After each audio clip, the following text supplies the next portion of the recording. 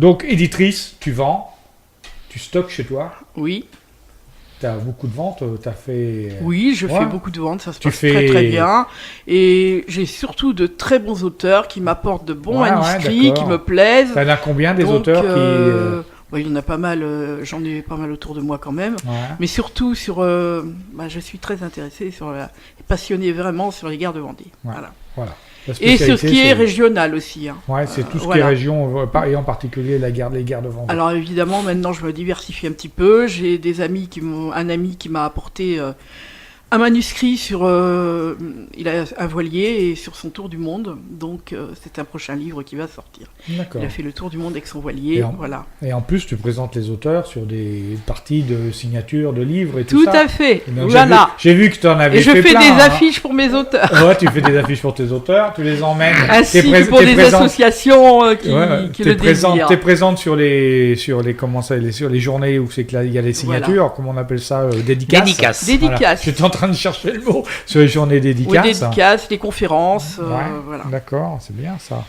T'as fait un film aussi. Alors voilà, donc j'ai fait un film, j'étais très passionnée par ce film. Ça s'est déroulé comment ? La rébellion cachée. C'est parti comment ? La rébellion cachée, c'est-à-dire que j'ai quelqu'un qui est donc le réalisateur, il est franco-américain. Ouais. Il vit aux États-Unis depuis plus de 30 ans, il s'appelle Daniel Rabourdin. Et un jour, il a vu sur Internet ce que je faisais. Ouais. Il m'a téléphoné. Pendant 3 ans, nous avons préparé ce docudrame qui s'appelle La rébellion cachée. Donc, nous en avons fait un film et nous en avons fait aussi un petit livre. Je pense que Alain j'ai vu. J'ai fait un petit livre l'an dernier pour ça avec le réalisateur. Et nous avons beaucoup travaillé pendant 3 ans. Et il m'a dit, voilà, j'amène tout le monde des États-Unis. Tout était prêt. C'est tourné tout près d'ici, à quelques kilomètres d'ici, 3-4 kilomètres. Et nous avons fait tout de l'époque, et c'était surtout pour le génocide. J'ai donc un ami historien qui est docteur en histoire.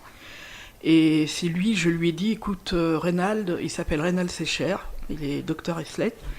Et je lui ai dit, Reynald, je veux bien faire ce film américain, à une seule condition, que tu sois à mes côtés, sinon c'est compliqué. Alors donc voilà, nous avions à peu près 80 figurants costumés. Ah oui. Oui. Et c'est comme ça, c'est une très belle histoire, une très belle aventure. Et donc ce film, le réalisateur Daniel Rabourdin vient donc tous les ans, au moins 5 mois ici en France. Sa famille habite sur les hauteurs de Cannes. Et donc il vient 5 à 6 mois environ. Et nous faisons toutes les paroisses des environs pour projeter ce film et en même temps expliquer ce film. Et nous vendons aussi, bien sûr, et le DVD et le livre que vous retrouvez aussi sur le site. J'ai vu ça sur le site. Sur la boutique, tu avais été à Cannes, tu avais été présenté à Cannes, tu as été présenté au Parlement européen aussi, c'est ça ? Non, c'est-à-dire que il y a des photos, je suis au Parlement européen, c'est vrai, parce que nous avons proposé ce film à Bruxelles, et j'y suis allée, le réalisateur était avec moi, donc nous sommes allés là-bas, nous avons fait aussi plusieurs conférences, et voilà, nous avons beaucoup bougé pour ce film. Okay. Et il va revenir bientôt, et nous avons un projet, un film nous préparons actuellement quelque chose, je pense qu'il sera dans 4 ou 5 ans, mais nous préparons un film qui va s'appeler Promesse, c'est un film scout, un long métrage. D'accord. Que je prépare avec lui aussi tous les jours par téléphone. Par téléphone. Voilà, donc j'ai les États-Unis tous les jours avec le décalage horaire, c'est pas toujours évident. Et il est peut-être féru de ça, Pierre. C'est quoi le génocide vendéen ? Oui, Pierre est féru. Alors, le génocide vendéen, comme le génocide qui était reconnu... Parce que j'ai vu ça sur pour les Arméniens et autres. Non, il faut reconnaître le génocide vendéen ou quelque chose comme ça. Oui, alors il y a une polémique sur le terme, parce que génocide vendéen, donc les Vendéens, c'est 1793. Bon, même si la guerre de Vendée, il y en a eu 5, et que la dernière, ça a été le soulèvement de la duchesse de Berry en 1832. Alors pour certains, le terme est anachronique, parce que ça se déroule en 1793 et que ce terme de génocide a été créé par un dénommé Lemkin, qui était un juif américain, qui l'a créé uniquement pour le procès de Nuremberg, pour condamner les exactions des national-socialistes. parce que nazi, c'est national-socialiste. Oui, bien sûr. Les méchants nazis, c'est pas ça. Donc, ce terme a été créé. Donc, certains disent, non, c'est pas un génocide, mais ils sont prêts à utiliser le terme de populicide. Qui a été, qui a été inventé par un dénommé Gracchus Babeuf, et c'est sorti en 1795. Donc les années sont sont très approchantes. Et récemment, voilà donc pour la polémique en ce qui concerne le terme. Moyennant quoi, on a bien reconnu le génocide arménien, et le génocide arménien, c'est bien antérieur à 1948, le procès de Nuremberg, ou 1945. C'est en 1915 le génocide des Arméniens. Si bien que certains se bouchent les yeux en disant non, vous faites une erreur, c'est pas un génocide. Or, il y a un dénommé Villemain qui a travaillé au tribunal pénal international de La Haye, etc., qui est un juriste et qui lui dit, en fonction de ce que j'ai vu, en fonction des jugements qui ont eu lieu, si maintenant il fallait juger ce que les républicains ont fait en Vendée, on utiliserait le terme de génocide. Crime contre l'humanité et ensuite génocide. Et il dit que ce terme de génocide, ça veut dire qu'il y a une grosse répression sanglante. Oui, c'est une répression sanglante où on détruit systématiquement. Je rappelle le décret du 1er octobre 1793, soldats de la liberté, il faut que les brigands de la Vendée soient exterminés avant la fin du mois d'octobre. Le salut de la patrie l'exige, l'impatience du peuple français le réclame. Donc à partir de ce moment-là, je ne vois pas, en tournant autour du pot, faire de la sémantique, ça ressemble fichtrement à un génocide. Et donc ce monsieur Villemain, qui a donc travaillé au tribunal pénal international, il dit que si maintenant il fallait juger les républicains, eh bien il serait condamné pour génocide. Donc il y a bien eu un génocide vendéen. Voilà. Avant d'être reconnu, maintenant ça va il y aura toujours de toute façon des gens qui vont camper sur leur position, qui vont dire non, c'est pas ça. Voilà l'histoire du génocide, en bref, parce que c'est une longue histoire. Alors, moi, la rébellion cachée, le film de la rébellion cachée a donc été visionné au Parlement en mars. D'accord. Voilà. C'est pour ça qu'il y a des émissions. Oui. Je me suis dit, c'est bien parce qu'on tout à fait. On va avoir communiqué quelqu'un qui a été à Cannes, qui a été reçu à Cannes et puis après au Parlement européen. C'est quand même. C'est quand même pas rien d'avoir présenté. C'est très bien d'avoir fait ça, et c'est vrai que le réalisateur, il ne connaissait pas trop. Il a connu ça par une bande dessinée autrefois lorsqu'il était enfant, et ça l'a beaucoup intéressé, et c'était très bien de faire ce film sur le bocage vendéen, en plein bocage vendéen. Voilà. Et nous l'avons fait aussi, une partie a été tournée à la Chapelle Basse-Mer, où justement est Rénal Sécher qui lui a fait une thèse. Église, et il a fait une thèse, justement sa thèse c'est sur le génocide. Tout a été restauré, tout est en cours de restauration. Depuis 26 ans maintenant. D'accord, ok. Alors moi, je vous propose une petite pause musicale, mais j'étais en train de... Quand tu m'as réveillé, c'est pas que tu m'as réveillé, oui, je t'ai réveillé, pardon, non, pas du tout, c'est que j'étais en train de passer le lien, en fait. Je passais le lien de la page de la Chouette de Vendée sur la page chaîne radio. Donc voilà, c'est pour ça que j'étais pas tout à fait tournée vers vous. Je ne vous tourne pas la tête, mais simplement que faut que je travaille avec les 3 ordinateurs. C'est pour ça. Donc pour vous tous qui écoutez, si vous voulez aller visiter le lien, la page, eh bien allez-y, c'est sur la chaîne radio. Faut pas hésiter. Et puis il y a des livres en vente, voilà, bien sûr. Il y a de très belles photos, si vous ceux qui aiment les photos avec les habits sur des années 1700, il y a de très belles photos, aussi bien d'hommes en armes et en uniforme que de gens, de paysans de l'époque. Et nous sommes très exigeants pour les photos. C'est très joli. Un site qui est très joli.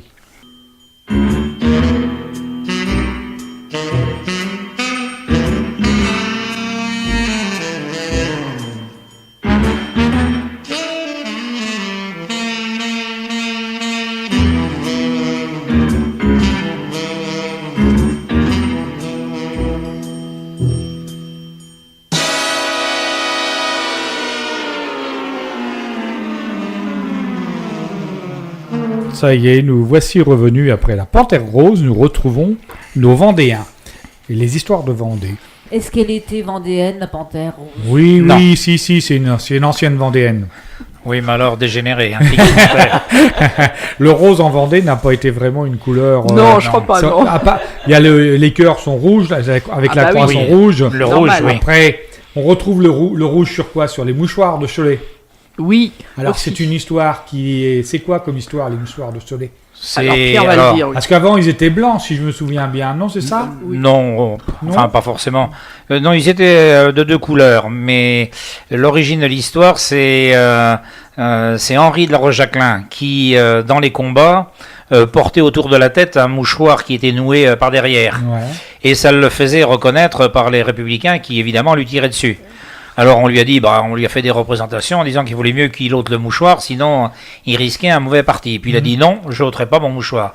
Et si bien que pour confondre les républicains, tout le monde s'est mis à porter ses mouchoirs de Cholet. D'accord, ok. Parce que Cholet, c'était une ville de tisserands, Ouais. auparavant, avant la Révolution. D'ailleurs, après, il y a eu des bourgeois qui se sont réunis pour justement reprendre tous ces ateliers de tissage. D'accord. Donc c'est l'histoire, et là aussi, c'est un petit peu légendé du mouchoir rouge de Cholet. D'accord. Alors là, c'est un combattant qui part à la guerre et qui va ramener à sa belle un petit mouchoir de Cholet. Ah, parce que il y a un truc. C'est une chanson de Théodore Botrel. Il y a C'est une chanson d'un bar de Breton. Ouais, Voilà. c'est une Pont-Avénis. petite chanson sur votre site là, Oui. Oui. qui est mise. C'était un donc barde c'est- de Pont-Aven, Moi, Finistère Sud. Je voudrais quand même dire que Oui. Pierre, il a une magnifique voix, il chante super bien. Merci Sonia. Alors, je pense qu'à la fin, je vais lui demander de nous faire une Petite chanson. une petite chansonnette pour Il va terminer. faire. Il nous la On fera, va- oui, oui. Donc- On a du charme, nous les femmes, on a Oui, rien sans problème. On va parler de quelques livres malgré tout que Oui, bien sûr. que tu as. On peut pas parler de tous parce que Mais non. Non, il faut y en pas a parler de beaucoup. Il y en tout, a parce que beaucoup. sinon- Nous allons parler des récents. On va parler des récents, des nouveautés 2018. Il y en a une qui est préfacée par toi, Pierre. Qui est préfacée par toi. Et C'est très important. Madame de Bonchamp, Madame de les Bonchamp. mémoires. Oui. Alors, qu'est-ce que tu peux, sans dévoiler le secret. Oh non, je dévoilerai clé, aucun secret. Madame de Bonchamp était mariée. Madame de Bonchamp, elle était née de Seppo. Voilà.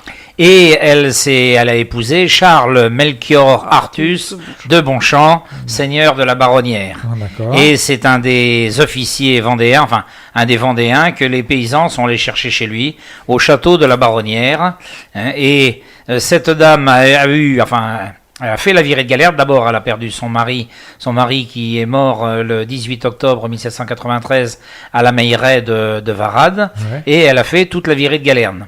Elle avait deux enfants, un petit qui s'appelait Hermené, un garçon, et une fille qui s'appelait Zoé. D'accord. Et Hermené est mort de la petite vérole comme avec temps. les privations, le manque de nourriture, la misère et autres. Et Zoé et elle ont réussi à s'en tirer. Dans un premier temps, ils ont été emprisonnés et elle s'est déclarée grosse. À l'époque, c'est-à-dire enceinte. À l'époque, on disait on va laisser le bébé naître et puis ensuite on tue les deux. Et voilà. Donc une première fois enceinte. Une deuxième fois, elle a été rejugée. Elle est déclarée encore qu'elle était enceinte. Et finalement, un des prisonniers qui avait été libéré par Bonchamp, puisque Bonchamp, le 18 octobre, tous les prisonniers sont rassemblés dans l'abbatiale de Saint-Florent-le-Vieil. Et il y en a beaucoup qui disent, qu'est-ce qu'on va faire des prisonniers? Et puis, une solution, c'est de braquer les canons, de les laisser sortir et de tirer à mitraille. Et c'est là où Bonchamp dit non, il faut pas les tuer. Grâce aux prisonniers, Bonchamp le veut, Bonchamp l'ordonne. Et parmi les prisonniers qui avaient été libérés, il y a un dénommé Ododine qui va prendre le parti donc de Madame de Bonchamp, qui va réussir à la tirer de la prison. D'accord. Voilà donc l'histoire de Madame de Bonchamp. Et Madame de Bonchamp, elle a écrit ses mémoires ensuite, ou du moins elle a consigné ses souvenirs, et c'est une dame, Madame de Genlis, qui a sorti le bouquin, les mémoires de Bonchamp. D'accord. Donc là, c'est à la fois les mémoires de Bonchamp, et à la fois toute son histoire, en particulier pendant la virée de Galerne, comment réussir à s'en tirer, et comment avec un représentant en mission qui s'appelait l'official, eh bien elle va réussir, disons, à récupérer un petit peu de ses propriétés. D'accord. Voilà l'histoire. L'histoire Et de donc, Madame Bonchamp. Voilà. voilà l'histoire de Madame de Bonchamp, qui était un des généraux de l'armée catholique et royale. Un autre, la rébellion, d'où tu as tiré le. Donc vous la avez tiré rébellion, le c'est film. voilà, comment faire un film. C'est l'explication comment La tout le rébellion, monde peut faire un c'est quoi film. alors C'est la rébellion, c'est quoi? Mais la rébellion, c'était justement, c'est ce que j'ai expliqué tout à l'heure, c'était pour refaire reconnaître le génocide. D'accord. En fait, il a fait ce film et il l'a nommé La Rébellion, mais il a fait ce film pour essayer d'avoir la reconnaissance du génocide, le réalisateur, voilà. Ok, entendu. Il y a un deuxième bouquin qui s'appelle La Rébellion cachée, il défie la terreur. Que t'as en... Non, il n'y a eu qu'un livre. Hein. Il y a un seul livre. Il y a un livre et un livre et un film. Un livre et un film, d'accord. C'est tiré, le film, d'accord. Voilà. Après, c'est tiré en dessous du film, du bouquin qui est juste en dessous. Voilà. Et tout à l'heure, on parlait de Chantonnay. Tu disais que tu avais de la famille qui était dans les moulins. Il y a un bouquin qui sort, c'est Les moulins à eau autour de Chantonnay. Les moulins à eau autour de Chantonnay. C'est donc un livre qui explique l'histoire des meuniers et la famille Yonneau, qui est la famille de mon mari, la famille maternelle de mon mari, et explique tout ce qui se passait autour des moulins, et notamment les meuniers qui se mariaient entre meuniers, parce qu'il fallait garder les moulins, et tout autour de Chantonnay, cette famille Yonneau a eu jusqu'en 1950... je sais plus, 54, je crois, les moulins qui... Et les moulins, c'était pour moudre le grain, faire de la farine, oui, tout à fait, oui, voilà. Oui, c'était des moulins à eau. Sauf que la maman de mon mari elle a eu aussi 2 moulins avant. Ah, d'accord. Voilà. Dans les familles de moulins, il n'y avait pas qu'un seul moulin, ils en avaient plusieurs. Ah oui, puis comme ils se mariaient... Il y avait toujours un moulin à eau, et il était doublé par un moulin avant. Parce que quand il n'y avait pas assez d'eau, ça pouvait arriver. On utilisait le vent, et quand il n'y avait pas de vent du tout, on pouvait utiliser également les moulins à eau, suivant la ressource. D'accord, ok. Ils étaient toujours doublés. Ok. Et c'est un très beau livre qui justement explique bien les moulins. Et très prochainement, je vais éditer un livre sur tous les moulins de Vendée par une association qui s'appelle la VAM. Comme on est féru de balade à pied, on en a vu quelques-uns qui sont bien restaurés. Il y en a qui sont bien restaurés, mais d'autres qui sont dans un état pitoyable. Il y en a un au-dessus de Sainte-Cécile là, qui a été restauré, là, qui n'est pas tout à fait fini, mais qui a l'air d'être pas mal, qui va être pas mal fait. T'en as un autre à Pouzauges aussi qui a été refait là, qui est caché dans un joli petit bois là, et puis Moulin Terrier, oui. Ouais, on le voit, c'est pas mal celui-là aussi. Hein, c'est. Oui, ils ont été restaurés. Tout à fait. Oui, Moulin des Bois, il y a Martin et Cécile, là, c'est très bien ce c'est ça, l'association Martin et Cécile. Voilà. J'ai essayé de les contacter, mais pour l'instant, j'ai pas de réponse. Oui, le président habite Saint-Martin-des-Noyers. Voilà. D'accord, ok. Il va falloir qu'on aille traîner un petit peu plus souvent. Il va falloir qu'on aille. Et un autre livre que je vois que vous avez aussi, une nouveauté, On va pas se passer de même. Alors c'est un livre qui, le titre est pas toisant, ça va pas se passer comme ça. Et c'est Monsieur Thibaudeau, un monsieur qui écrit justement l'histoire de tout ce qui se passait. Et on va pas se passer de même, c'est son avant ou ses derniers livres? Alors c'est l'histoire de son coin puisqu'il est originaire de non pas de Grosbreuil, il est originaire de du Giroir. Du Giroir. Ah, c'est où le Giroir? Alors le Giroir c'est plutôt vers la mer. C'est vers la Montachard, oui. Les Sables d'Olonne, près des Sables d'Olonne. Okay. Et c'est l'histoire finalement d'un des soldats de Joly, Jean-Baptiste Joly, qui a été un des premiers à se soulever et qui a essayé de prendre les Sables d'Olonne à 2 reprises, les 24 et le 29 mars 1793, qui à chaque fois a échoué parce que, bon, pour des raisons X ou Y, si bien que les Sables d'Olonne, eh bien, sont restés. Alors, c'est l'histoire du soldat de Joly. Alors, c'est à la fois des textes, des réflexions, des commentaires, des réflexions sur la vie, sur la mort, sur les guerres de Vendée. C'est très bien écrit, moi je le conseille. Oui, il est très bien. Il est légèrement patoisant, mais on réussit à comprendre quand même. Ouais. Il y a des textes écrits en patois. Donc, oui. C'est quoi le patois vendéen, c'est... Là, le titre... on va pas se passer de même. Ouais. Alors, on va pas se passer de même. Ça ne va pas se passer comme ça. Ça va pas se passer comme ça. Comme cela. Ok. Voilà. Et le livre de Monsieur Thibaudeau. Avant de parler du tien, là, des armes de récompense, c'est la bataille de Gravreau, là. Oui. C'est quelque chose d'important dans en guerre de Vendée, alors? C'est très important puisque c'est la première. Le général Marcet, un général républicain, était à La Rochelle et sous l'injonction des représentants en mission, c'est-à-dire des députés envoyés par la Convention, on lui donne l'ordre de rejoindre Nantes. Donc il prend la route de Chantonnay, il remonte, là il va bousculer les royalistes, et au niveau du pont Gravreau sur le Petit Lay, après Saint-Vincent-Sterlange, entre donc le pont Gravreau et le hameau de la Guérinière, c'est là où l'accrochage va avoir lieu. D'accord. Et ça va être une victoire du général royaliste Charles-Aimé de Roiran, qui était un vieil officier qui avait 67 ans, qui va réussir à mobiliser ses troupes et qui va réussir à vaincre le général Marcet. À partir de ce moment-là, la Convention demande où c'est, d'ailleurs on confond avec le pont Charot, on confond le pont Charot, le pont Charon, et on confond le pont Gravereau, et on confond Saint-Vincent-Séran. Enfin, on mélange beaucoup mais on leur dit c'est en Vendée. D'accord. Et c'est l'origine de l'appellation des guerres de Vendée. Alors que les soulèvements ont eu lieu dans les Mauges dès le 3 mars 1793. Donc bien avant le 19 mars. Bien avant. Et ce même jour, il y a un décret qui condamne à mort tous ceux qui porteront les armes contre la Révolution. Ouais. Et c'est le même jour également où le général Dumouriez, le 19 mars, se dit, pour moi, ça commence à tourner vinaigre, et qui prend le parti des Autrichiens, et ensuite il va finir en Angleterre. D'accord. Voilà, donc le 19 mars, c'est une date, disons, très importante pour les guerres de Vendée. Ok. Voilà. Et plus en détail maintenant, la virée Galerne, alors. Alors la virée de Galerne, ça commence le 18 octobre 1793. Ça commence parce qu'il y a le fameux décret du 1er octobre que j'ai donné tout à l'heure. Ouais. Voilà. Il faut exterminer les brigands de la Vendée, si bien que toutes les populations terrorisées vont fuir en direction du seul endroit qui était libre, c'est-à-dire près de la Loire.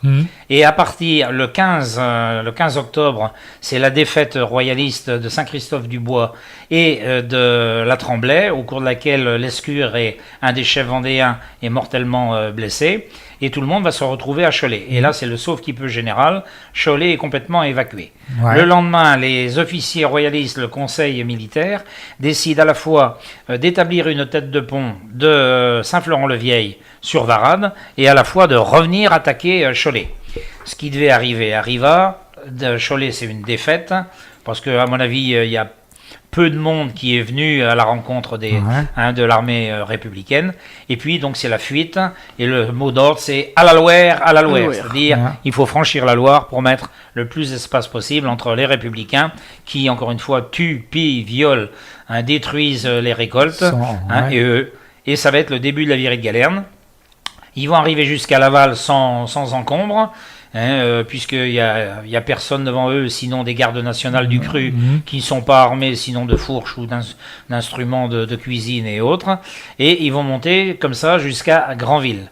Mais auparavant, à Dol de Bretagne, 2 émissaires anglais viennent et les assurent l'état-major vendéen l'état-major vendéen qu'il y a une expédition anglaise qui est prête à venir à leur secours. Ah ouais. Et ils vont attaquer Granville les 14 et les 15 novembre, mais ça va être un échec. Et là, la masse ne veut plus suivre.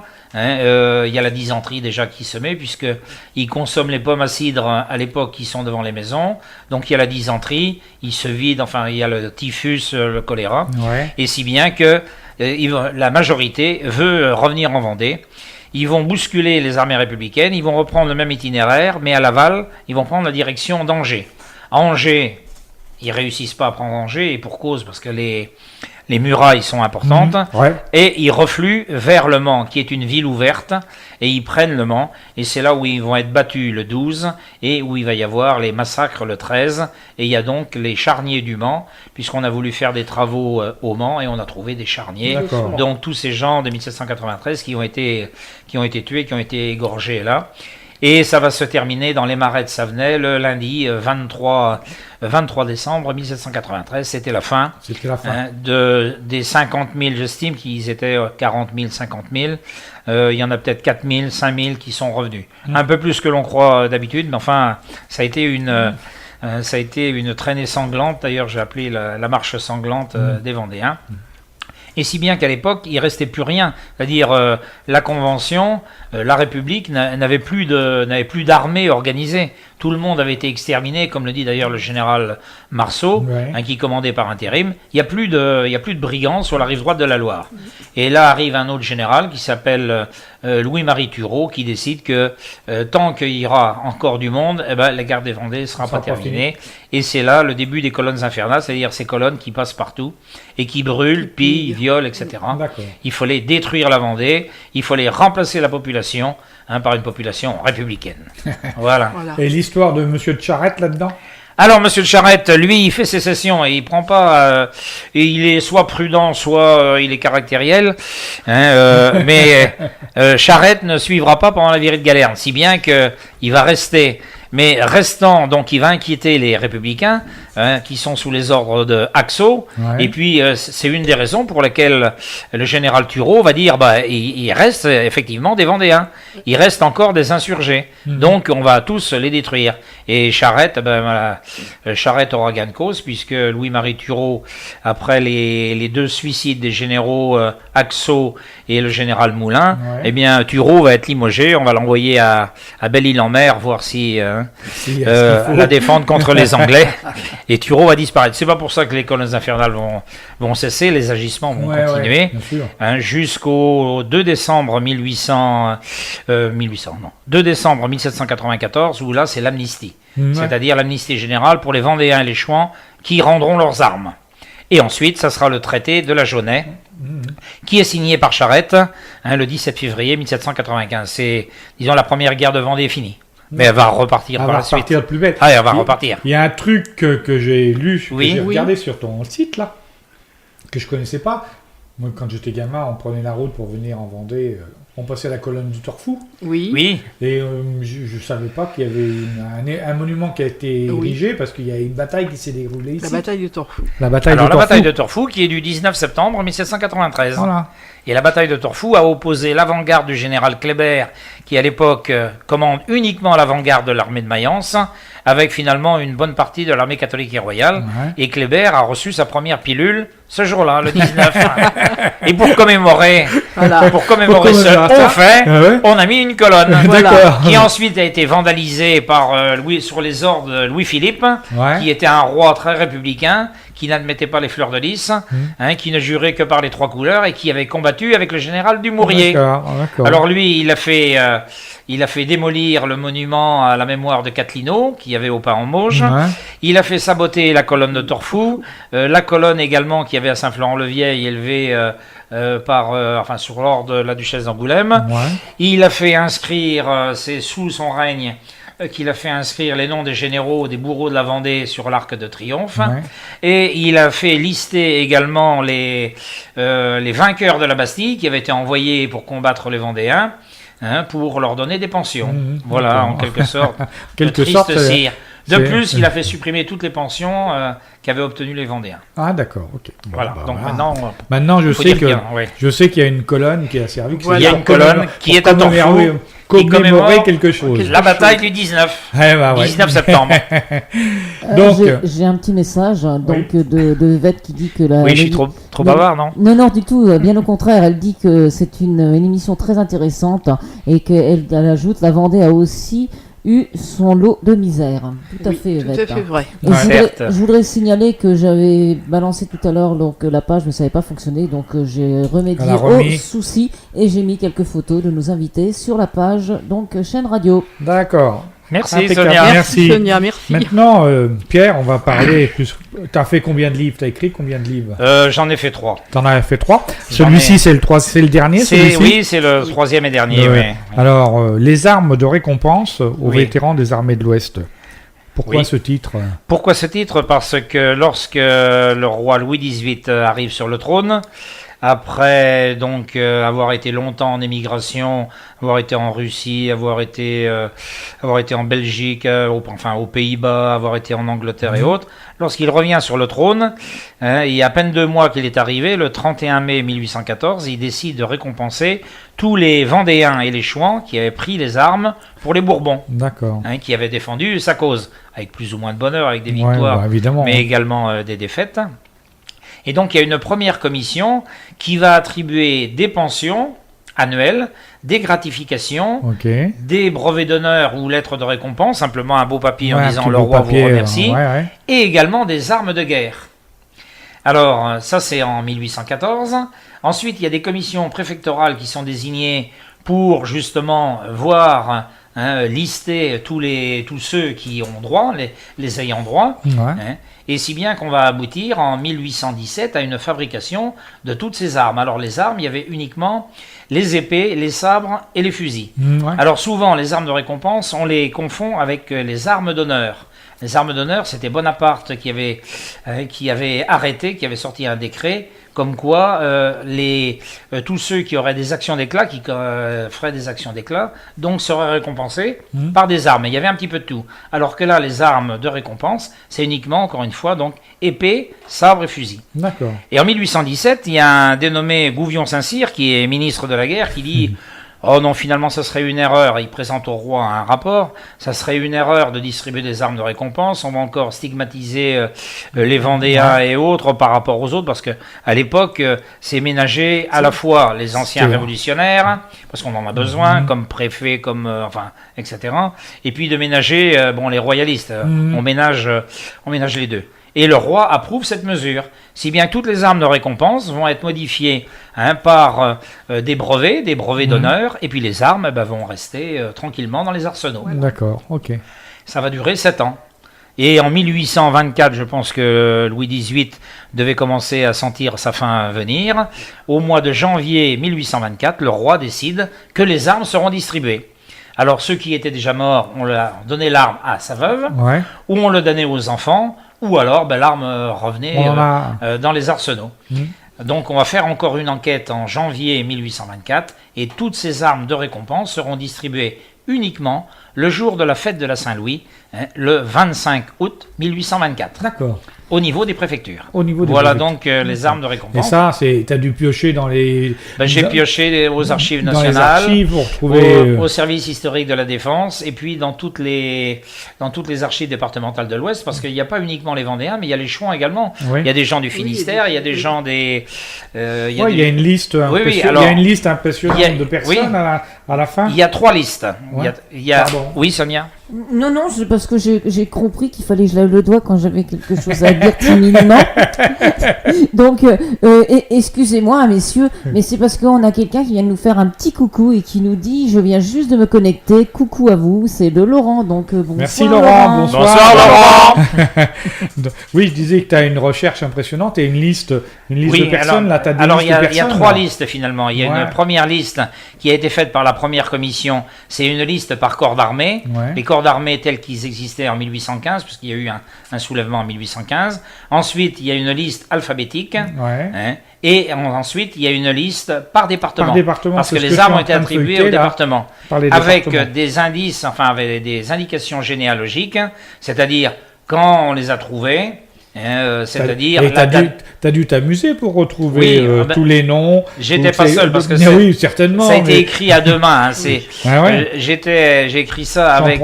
J'en prends un au hasard. Oui. Lucas Jean, entre parenthèses, la Gaubretière, le 27 1749, le 31 10 1823. Oui. Fils de René et Marie Launay. Voilà. Marié le 19 0 après, il n'y a pas de chiffre. 1785, et avec Perrine Grégoire, du 42. Voilà, on a essayé. Ça fait une généalogie qui est quand même assez complète. Oui, il a fallu voir tout le monde.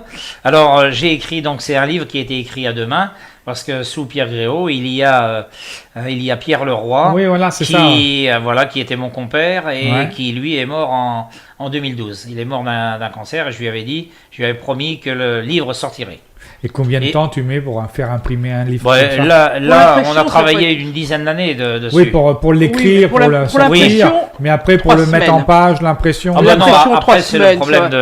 Oui, c'est mon problème. C'est pas mon problème. Ça va très vite. Ça va très vite quand même. Oui, lorsque on me demande un livre, le mois suivant, il est fait. C'est les maquettes, c'est un informatique et tout ça. Oui, c'est pas un informatique, oui. C'est plus du temps du Gutenberg, c'est que tu mets non, heureusement, nous ne ferions pas beaucoup de choses. Et l'affaire n'est pas finie parce que bien sûr. en 1832, le fameux Louis-Philippe compte tenu qu'il y avait eu le soulèvement de la duchesse de Berry, eh bien, il a fait confisquer toutes les armes de récompense qui ont pu être trouvées. Elles ont été donc confisquées et ensuite elles ont été remises qu'en 1853, sous Napoléon III, où il y a un dénommé Levasseur qui était commandant des arsenaux à Nantes, qui a dit qu'est-ce que je fais moi de ça. Il a obtenu ses supérieurs l'autorisation de redonner les armes aux ayants droit. D'accord. Voilà comment ça se termine. Et là, vous en avez retrouvé dans les familles alors des armes de récompense. Oui, il y en a deux. Elles doivent être jalousement gardées. Et puis mis. Oui, parce que c'est relativement cher, c'est même cher. Les fusils sont toutes beauté. C'est les fusils que je préfère d'ailleurs. J'ai vu qu'ils avaient tous des plaques avec un nom dessus. Oui. Alors tous les fusils sur la crosse. Il y avait une plaque, le roi au sieur Untel ou à monsieur Untel. Ouais, c'est ça. Donc c'était nommément, en 1817, on a déjà mis tous les noms. Tous les noms. Alors après, on était gênés aux entournures. Quand il n'y avait pas de descendants, on s'est dit, à qui on le donne? Alors les armes étaient rendues à Paris. Ouais, j'ai vu que c'était marqué, donné par le roi. Donné par le roi, voilà. C'est ça, c'est vraiment... c'est ça. Et j'avais pas cette histoire, ce genre de choses, j'avais jamais entendu. J'en avais pas entendu parler. Oui, mais c'est pas très connu parce que encore une fois, c'est confondu avec les armes d'honneur. Et les armes d'honneur, la plaque n'est pas exactement pareille. Et puis il n'y a pas la pièce de pouce que l'on voit, c'est-à-dire là où on met le pouce qui est décoré avec les 3 fleurs de lys. D'accord. Ok, c'est bien. Et puis les armes d'honneur, il y avait encore une fois toutes les armes. Alors que là, c'est uniquement épée, sabre et fusil, uniquement. Ça doit... Voilà. Voilà Louis XVIII qui était... Le roi Louis XVIII, oui. là... Alors le roi Louis XVIII va donner aux Vendéens, mais sans plus. Par contre, ensuite, Charles X, lui, il va être... il va faire preuve de largesse, parce que le montant des pensions va passer de 250 000 francs à 700 000 francs. Et il va y avoir ce qu'on appelle le milliard des émigrés. C'est-à-dire, on rend aux gens, ou alors on leur donne les sous pour les propriétés des gens qui ont été condamnés à mort ou qui ont émigré. Parce qu'à l'époque, le fait d'être parti ailleurs faisait qu'on supprimait, on confisquait tous les biens et les biens étaient vendus. Donc on rend les propriétés. Alors après, c'est la Bérésina avec Louis-Philippe, parce que Louis-Philippe, donc, il supprime, il fait détruire les monuments. Oui, j'ai oublié également la stèle de Stofflet au château de Molévrier.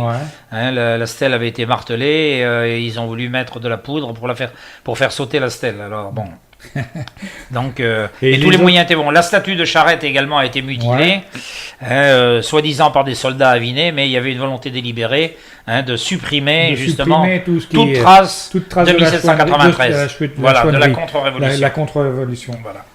Ça, c'est ton 3e livre. Les autres, ils s'appellent comment? Mon 3e. Alors, le premier s'appelle La bataille d'Antram. C'est encore un sujet pointu. C'est une bataille qui a eu lieu le 26 octobre 1793, qui a eu lieu au sud de Laval. C'était la première bataille, la première victoire vendéenne de la Vieillerie de Galerne. Et le deuxième, c'est la Vieillerie de Galerne. C'est-à-dire, c'est jour par jour, tout ce que qui s'est passé jour par jour. Voilà. D'accord. Et en finale, là aussi, il y a les listes de tous les gens que j'ai retrouvés. Parce que Louis XVIII, donc, comme je l'ai déjà dit pour l'autre, il avait fait établir des commissions préfectorales qui a été chargées de recenser tous ceux qui avaient combattu pour les Bourbons. Ceux qui avaient été, d'abord, il fallait avoir été blessés. Et ensuite, on a élargi, à partir du 9 décembre 1823, l'ordonnance royale, on a élargi aux veuves, aux orphelins et à ceux qui avaient souffert, ceux qui avaient vu leurs biens pillés ou détruits ou volés ou incendiés. D'accord. Voilà. Et d'autres livres à suivre pour